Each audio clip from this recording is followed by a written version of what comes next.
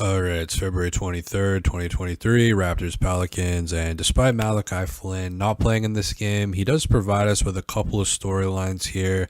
One is the notable DNP in the wake of 19 Jeff Dowtin Jr. minutes, but more importantly, a potential crime committed on the Raptors bench that we got to dive into a bit here, because this is kind of a crazy time for Malachi right now. There's a lot of questions surrounding him on the team. He's really on the edge of things, on the edge of the Raptors, and this former rookie of the month, he's been relegated to the end of the bench behind Dowtin, Banton, Barton, really kind of teetering here. And so everything he's doing now, everything he does is literally under the microscope.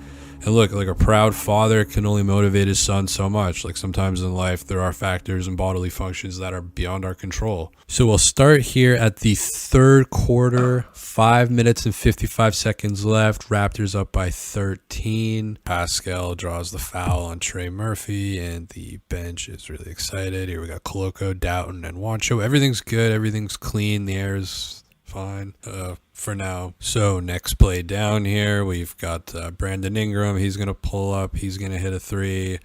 And then Precious Achiuwa, he's going to take about 86 dribbles here. But he actually does get into a good move, so can't really blame him for that.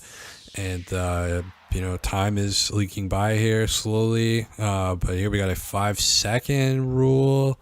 And here's Ingram again, and he's going to go in and not get it this time, but Larry Nance is fouled, so he's going to get a couple of free throws. So 5:04 left in the third, and so after the second free throw, I don't know why, but we get cut to the bench.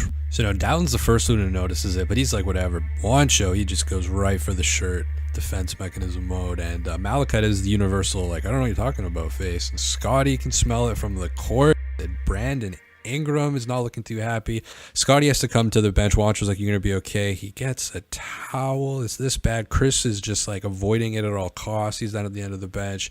And then 10 seconds later, Malachi denied it before. Now even he has found a way into his shirt.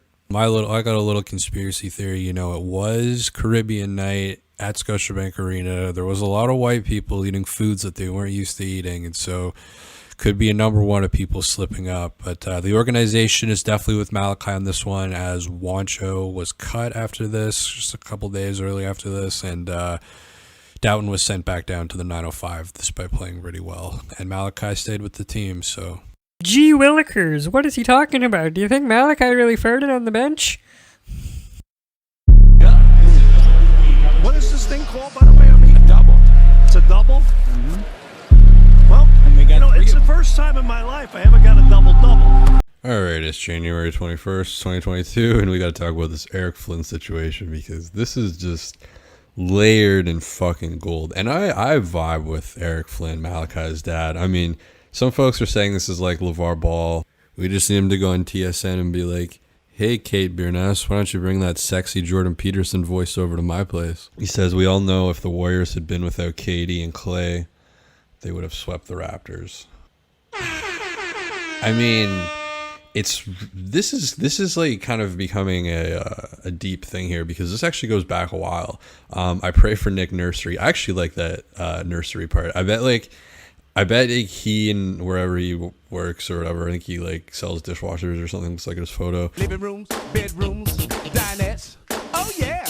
Him and the boys just like were like, dude, I bet one of them just like hit some hash, and we're talking about Tacoma here, hit some hash at lunch and is like, dude, Nick Nursery, he has treated my son. I wouldn't treat a dog that way. Yeah, I wouldn't give a dog millions of dollars to play in the top basketball league in the world. Malachi is a better person than he is a basketball player. Well, shit, I should hope so. Yeah, I mean, if Flynn had like 8% of the cachet that Eric does on these fucking posts, maybe he could get some minutes. But, I mean, the interesting thing about Eric, though, is it seems to be conditional. Like, all of this shit seems to be very conditional. It's just like, is Malachi getting minutes? No. Well, then fuck. Like, Nick doesn't really know what he's doing, and I'm going to pray for him. But is he getting minutes? Oh, shit. Like, okay, here we go. This is from last season. Raptor Nation, can you tell me what coach in his first 2 years won an NBA championship? Until then, stop the fire, Nick Nurse. Nick Nurse doesn't shoot the ball. Nick Nurse doesn't rebound the ball. Nick Nurse doesn't play defense. Stop blaming our beloved coach, Nick Nurse. I've coached for many years. Coaches get TO much credit. When they win and get all the blame, they lose. Raptor Nation basketball is a team game. How many free throws do you think other players have missed because of the loudness of Raptor Nation? Well, I mean, Devin Booker made those against the mascot, but I get where he's going here. This is when Eric was really popular. Eric was like one of the greatest things that happened to the Raptors last season. It was like the season of Baines, Len, Bembry, Stanley Johnson. How many games do you think your cheers encouragement gave Raptor Nation? So he's just like, he's really vibing here. This is kind of like, I don't know if you guys have done MDMA. It's like, maybe you don't go right onto Facebook after you've popped, but like the next day for sure, when your like teeth are fucking full of blood and you're chewing this out of your gum. Can I have your napkin? What? Your napkin, I'm dripping. And you're like, let's make a Facebook post. This is basically what it is. Let's support Raptor Nation. Let's support our ARE players. Once again, he's very big on this team, but what really seems to be supersede the team is Malachi within the team. And I mean, that's normal, but he doesn't seem to be able to admit it. It's only a matter of time before one of these players are injured. No coach knows anything about basketball plays his players like this. So now he's pretending, basically gaslighting Nick Nurse and the fans into thinking that he's really concerned about the player's health. Like, this isn't about my boy, getting his ass fucking flattened on the bench just because he's been sitting there for so fucking long. This is because Fred might get hurt, and that's what Eric is waking up at 1 a.m. thinking about on the 49th parallel. Like, what if Fred, blows his Achilles out on the court and it just like pops out of his leg and is just like hanging there, and Malachi has to come over and like, he's not going to be ready for that. I didn't train him to do that. And so I think he should just be on the court, because if he's not, then probably all the players are going to get injured and die. And the Raptors may have gotten a joker here with Eric, but I bet they wish they had Bane. All right, it's November 5th, 2021, and the Toronto Raptors are taking on the Cleveland Cavaliers in a highly touted rookie matchup between the third pick, Evan Mobley, and the fourth pick, Scottie Barnes. But right now we're going to be focusing on Flynn, who's cooking a little bit. He's not seen too many minutes these days, but here he gets a strip off Sexton, takes the ball up the court. Oh, little pass over Osman's head to OG. OG over to Barnes. Barnes with the throw-in. I was going to say dunk, but it wasn't a dunk. Flynn walks over the bench. Hey, coach, what do you want? He's like, something, something, something. Precious is going to set the screen for you, okay? OG. So OG's going to the corner. Flynn's like, ooh, this is going to be a big shot. These guys are having a great time. And now we have Barnes coming up the floor. OG's going to trip over Osman's toe, which is kind of a foreshadowing to the fourth quarter. Flynn's checking out his shorts, going to touch his shoes once or twice here. Nick's like, let's go. Flynn's like, okay, I guess that's my cue to start moving. He's going to get the handoff from Scottie. Precious is going to come up from the block to set the screen on the weak side. Flynn with the three, swish. Crowd goes nuts. Siakam loves it. Everybody loves it. Nick's high-fiving the row behind him. And it's just a great scene. Flynn's like, hell yeah, dude. What's next? Who's up? Who's up next? Who can I get? All right, so November 5th, 2023, Raptors Spurs, and Victor Wembanyama shows us why he's so terrifying. 8-foot wingspan, sucking everyone and everything into his vortex, except for one unlikely man who was not fazed by the praying mantis and who may actually gotten the better of him. Victor's what my high school coach would call a big boy. Look at him here against the 6'8" Grady Dick, who looks like Frodo trying to escape the spider in Lord of the Rings, and Scottie tries a baseline dream shake that turns into a nightmare. OG tries to take him down low and gets swallowed up. So scary, but it's time to talk about Malachi, and I don't mean Branham.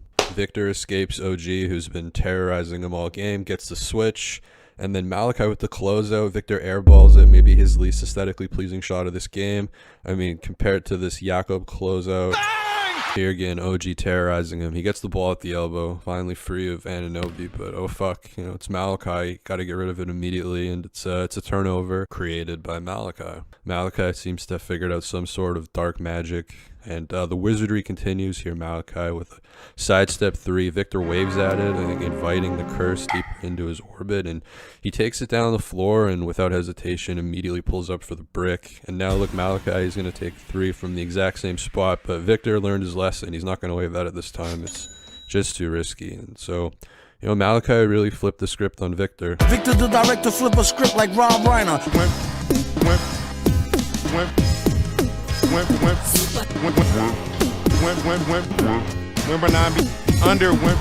Alright, it's November 21st, 2021. I got the American broadcast here, so we've got some awkward kind of Steve Kerr fist bump moments here. Steph Curry's getting warmed up, shaking it out a little bit. Amy Audibert likes it. And just a shout out to Jonathan Kuminga for rocking the Dumb and Dumber tux to the draft. That was just like next level. One of my favorite movies of all time. Guys, I know Svi Mihailuk is doing a 360 backflip dunk right now, but I just wanted to interrupt the game by telling you that I spoke with assistant coach David over the fuck last night, and he told me that defense was going to be really important today because this is a good team. All right, guys. So right here, Precious Achiuwa is going to do something that's, it's not a sin, but it's definitely not ideal.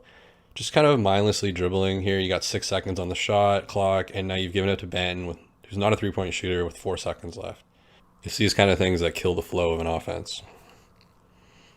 So this is just a heartbreaking play. This is one of the worst things I've ever seen. So we've got 2 point guards, and we're only going to get the ball in to pass the three-point line once, disregarding the shot, if you can call it that, which results from it.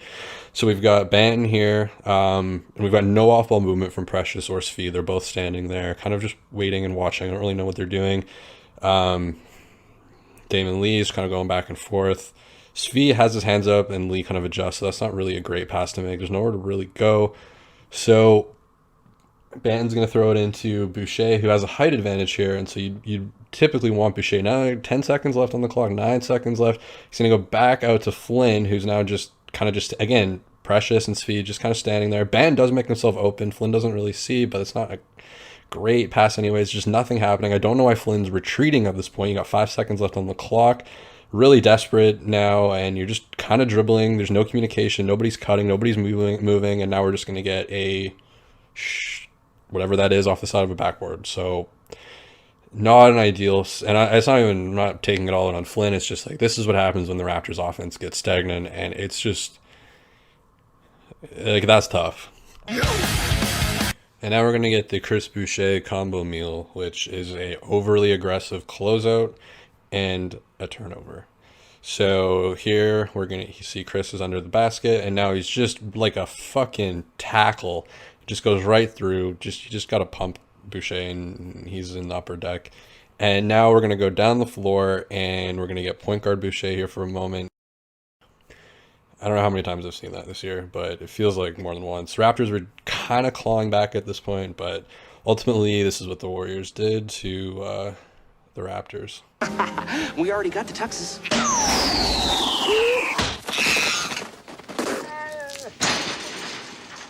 Alright, so November 29th, 2023, Raptors Suns, and Scottie Barnes is going to team up here with Malachi Flynn to do something you don't typically see outside of the dunk contest, and they were everywhere tonight. Like, you got Raptor legend and udon guy, often miscast as ramen guy, Yuta Watanabe goes up for the shot. Scottie nearly jumps over Gary for the block, and it's Malachi who chases it down. This wasn't the only block that Scottie and Malachi collabed on, so third quarter here, Scottie's on some Zinedine Zidane shit with Booker all the way up the floor.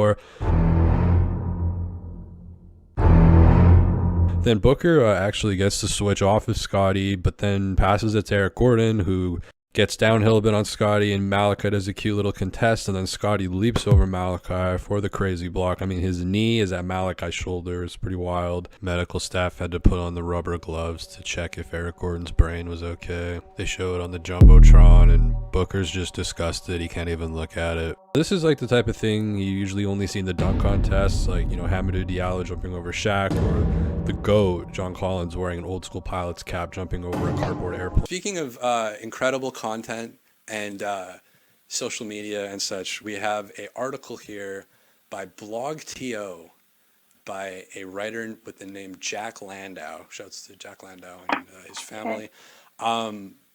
The article is Toronto Raptors bench devastated by fart smell, and this player could be responsible. And we've got a photo of Jeff Doughton and Juancho Hernan Gomez. So we've got my least favorite thing in journalism, and it's the words "this player." Anything this city, this play. Tell me the fucking player. We are not in 2016 anymore. We are in 2023. Tell me the fucking player. And it's Jeff Dowden and Wancho in the header image. Again, I am unemployed. Somebody give me a job. Okay. Starts off here. A fan conspiracy theory is emerging after what looked like a very stinky incident during Toronto Raptors game at Scotiabank Arena last month. One YouTuber thinks he has identified the source of an unidentified stench. So great writing here. Identified, unidentified. I just love saying "identified." You know, just it's so smooth. One YouTuber thinks he has identified the source of an unidentified stench that hit the Raptors bench during a February 23 home game versus the New Orleans Pelicans, a mystery that weeks later still lingers in the air like the smell that created it. This honestly is like I think I'm realizing this makes me realize like this is the hardest part about being a content creator. It's not about the hate, it's about the love. It's The about blogTO article.